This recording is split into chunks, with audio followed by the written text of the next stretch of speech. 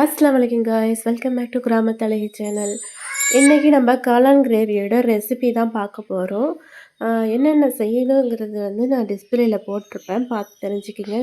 ஆனால் வெஜிடபிள்ஸில் நமக்கு வெங்காயம் தக்காளி இருந்தாலே போதும். உருளைக்கிழங்கும் தயிர் மல்லித்தூள் இது மூணுமே அடிஷ்னல் தான். அடிஷ்னல்னு நான் எழுதியிருப்பேன் நான்.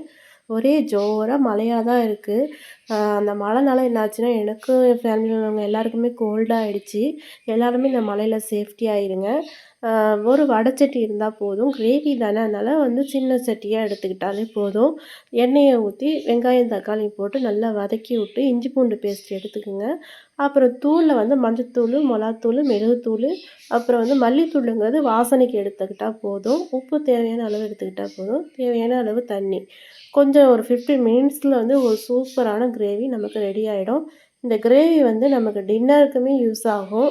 பெப்பர் வந்து கொஞ்சம் தூக்கலாக போட்டு தாங்க ரெடி பண்ணது. ஏன்னா வந்து சளி பிடிச்சிருக்கனால கொஞ்சம் பெப்பர் வந்து கொஞ்சம் கூடுதலாக தான் போட்டு இதோட சேர்த்து நாங்கள் வந்து சிக்கனையும் ஆட் பண்ணியிருந்தோம் இந்த காளானில்.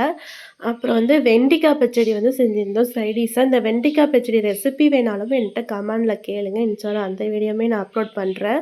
அப்புறம் சிக்கன் கிரேவி தனியாக அது தனியாக ரெடி பண்ணியாச்சு. அவ்வளோதான் ஃப்ரெண்ட்ஸ், ஃபைனலாக இதான் இன்றைக்கி லன்ச் ப்ரிப்பரேஷன்.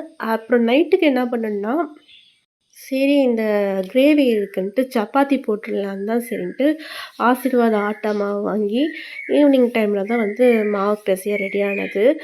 நாங்கள் ஃபுல்லாகவே நாங்கள் வந்து ஆயில் தான் எடுத்துப்போம். அது சில பேர் வந்து மாவே எடுத்து வந்து பீடா பிடிப்பாங்க. நாங்கள் வந்து ஆயிலில் மட்டும்தான் நாங்கள் எடுத்து யூஸ் பண்ணோம்.